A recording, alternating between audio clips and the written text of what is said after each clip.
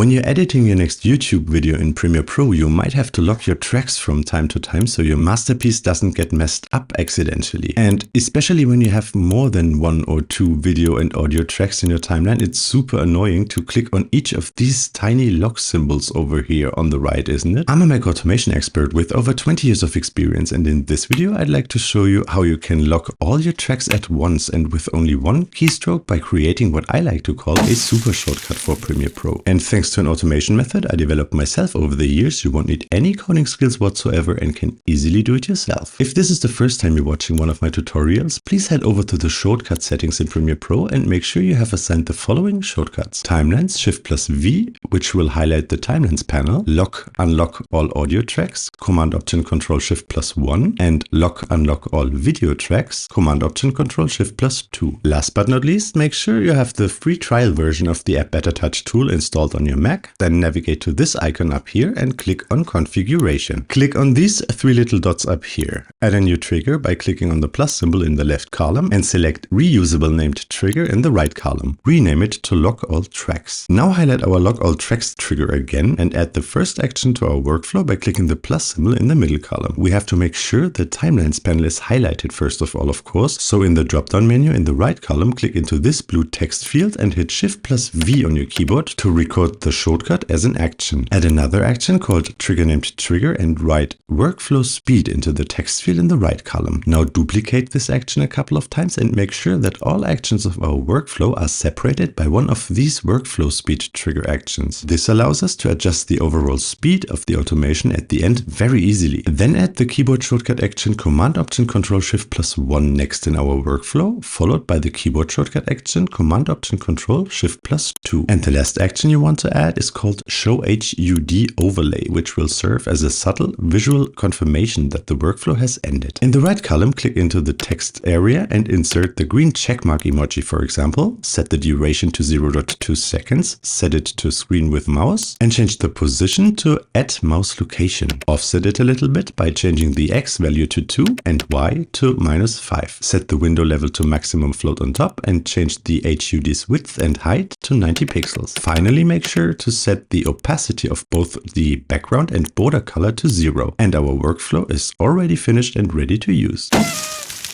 All that's left is to assign a keyboard shortcut to it. To do so, click on this little keyboard icon up here, then click on the plus symbol and now record any key combination you like. I'm going to assign it to a key of this used additional keyboard I have prepared in order to turn it into a really fancy customized stream deck for Premiere Pro. So in my case, I press this key and change the trigger condition from Works on all keyboards to Works on keyboards with same type as used for recording to avoid activating the workflow when I press the same key on my regular keyboard. When your key combination is saved, click on the plus symbol in the middle column, add the action called Trigger Named Trigger, and type the name of our reusable named trigger into this text field in the right column. Now let's give it a try.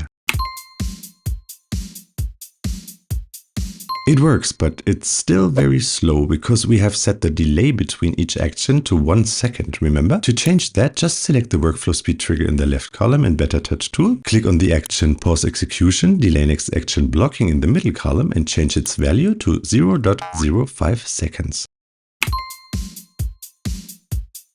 Well, that's way better. Now you can lock all tracks in your timeline at once with only one keyboard shortcut. And if you found this video helpful, please consider returning the favor by hitting the like button down below and by subscribing to my channel. I have planned literally hundreds of new tutorials already and I upload 4 new videos every week.